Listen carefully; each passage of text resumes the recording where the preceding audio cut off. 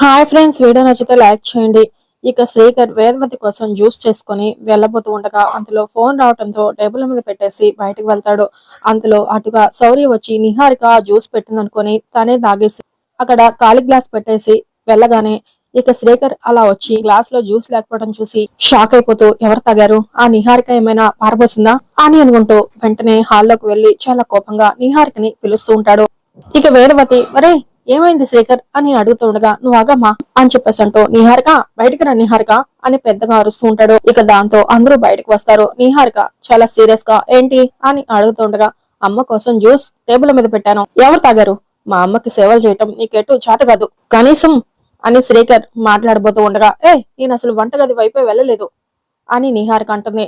అక్కడే శౌర్య కూర్చున్నా కూడా నిజం చెప్పకుండా అలా చూస్తూ ఉంటుంది. ఇక శ్రీకర్ మాత్రం ఎందుకు అబద్ధాలు ఆడుతున్నావు అని అడుగుతుండగా ఆఫ్టర్ ఆల్ జ్యూస్ విషయంలో కూడా అబద్ధాలు ఆడే స్థితికి వెళ్ళిపోయామనుకున్నావా అని కృష్ణ అడుగుతుండగా నీ పెళ్ళామే తాగేసి ఉంటుంది, లేకపోతే అత్త మీద కోపంతో పారబోసుంటుంది అని శ్రీకర్ అడుగుతూ ఉండగా నిహారిక ఏమైనా చేయగలదు అని పెద్దరాజు అంటూ ఉంటాడు. నిజం చెప్పు నిహారిక అని వసంత కూడా అడుగుతూ ఉండగా ఈ శ్రీకర్ అయితే మతిపోయినట్లు మాట్లాడుతున్నాడు, మరి మీకేమైంది అని నిహారిక అడుగుతూ ఉండగా మరి అమ్మ కోసం కలిపిన జ్యూస్ ఏమైనట్టు అని వసంత అడుగుతూ ఉండగా ఏమో నాకేం తెలుసు అని నిహారిక అంటుంది. మనుషులు మరి ఇంత దుర్మార్గంగా తయారవుతారు అని అనుకోలేదు అని శ్రీకర్ అంటూ ఉండగా అంతలో కృష్ణ చాలా సీరియస్ గా నువ్వు చాలా ఎక్కువ మాట్లాడుతున్నావు అని వేలు చూపిస్తూ ఉండగా అంతలో శౌర్య లేచి వచ్చి ఆగండి ఆగండి, మీరు గొడవ పడకండి, ఆ జ్యూస్ తాగింది నేను కిచెన్ లోకి వెళ్లేసరికి ఉంది, నిహారిక నా కోసమే కలిపిందేమో అనుకుని తాగేశాను అని శౌర్య చెప్తూ ఉండగా ఇక అందరూ షాక్ అవుతూ ఉంటారు.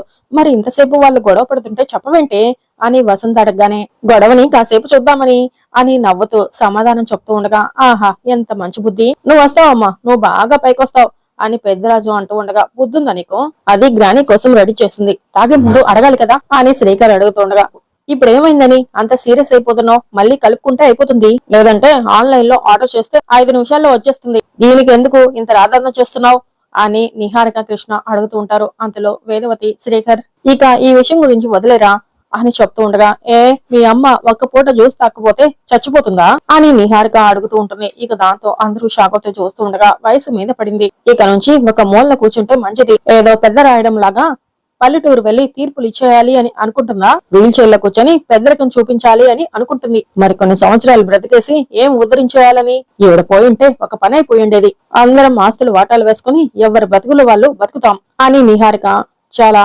పొగరుగా మాట్లాడి అలా వెళ్తూ ఉంటుంది. ఇక శ్రీకర్ కూడా నిహారిక మాటలు విని షాక్ అయిపోతూ నిహారిక అని పెద్దగా అరుస్తూ ఉంటాడు. అంతలోనే అక్కడికి అవని వచ్చి నిహారిక చెంప పగలగొడుతుంది. దాంతో నిహారిక షాక్ అవుతూ చూస్తూ ఉండగా అంతలో పెద్దరాజు చిన్న లేడీ రెబల్ స్టార్ వచ్చింది కదా వసంత అని అడుగుతూ ఉంటాడు. అవునండి, మీకు ఎలా తెలిసింది అని వసంత అడుగుతూ ఉండగా సుజాత గాని అవని గాని నిహారిక చంప పగలగొట్టినప్పుడు ఆకాశంలో ఒక రేంజ్ లో ఒక శబ్దం వస్తుంది అని అంటూ ఉంటాడు.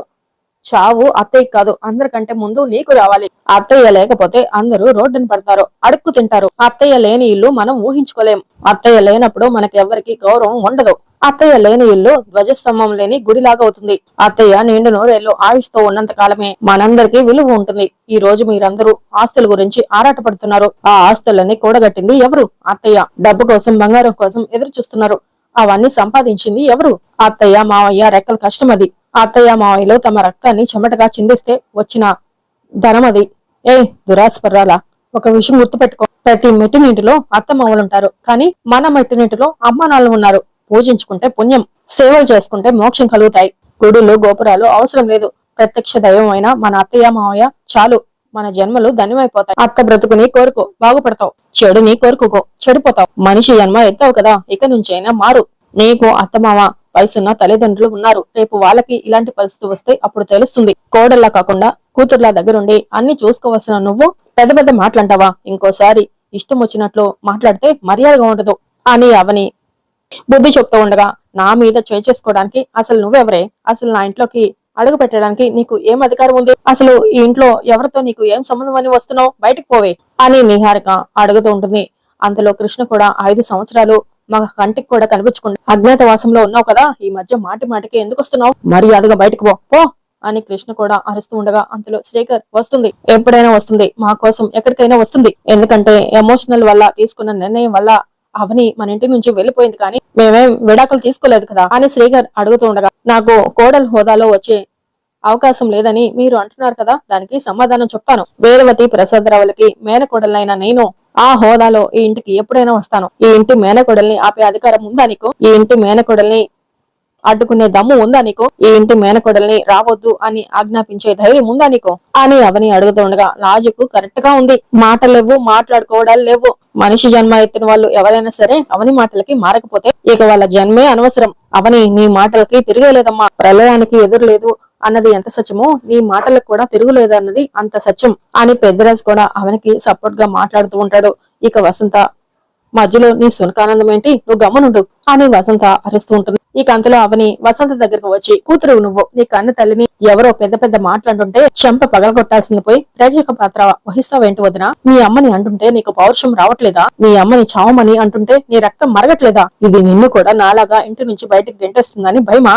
పిల్లిలా ఎంతకాలం బ్రతుకుతావు? పులిలా ఒక్కరోజు బ్రతికినా చాలు.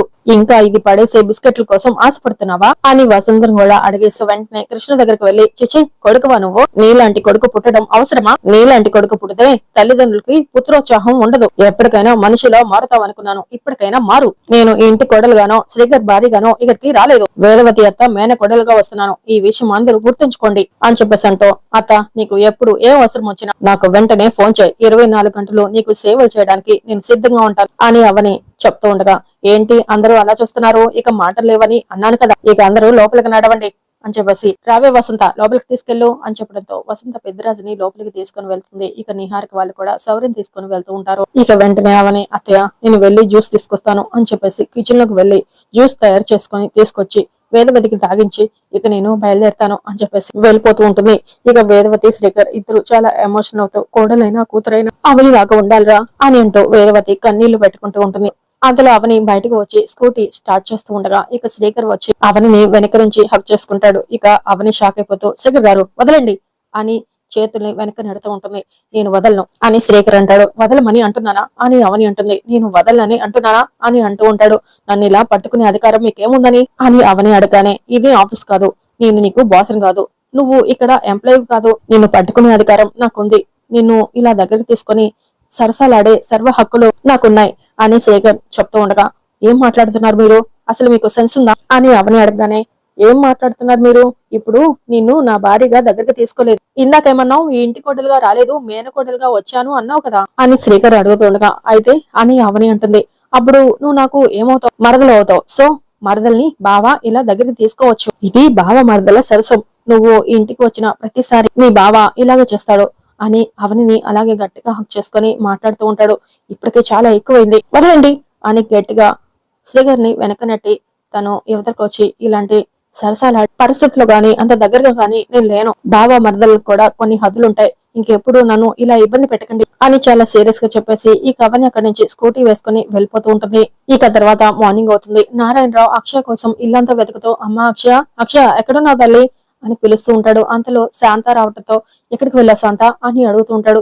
పక్కింటి ఆవిడకి 2 రోజుల నుంచి ఆరోగ్యం బాలేదంటండి, చూసొద్దామని వెళ్ళాను, మీరెందుకు కంగారు ఏమన్నారు అని శాంత అడగగానే, అక్షయ కనిపించట్లేదు, ఇల్లంతా వెతికాను అని నారాయణరావు చెప్తూ ఉండగా, రుద్రం తీసుకుని బయటకు వెళ్ళిందేమోనండి అని శాంత అంటుంది.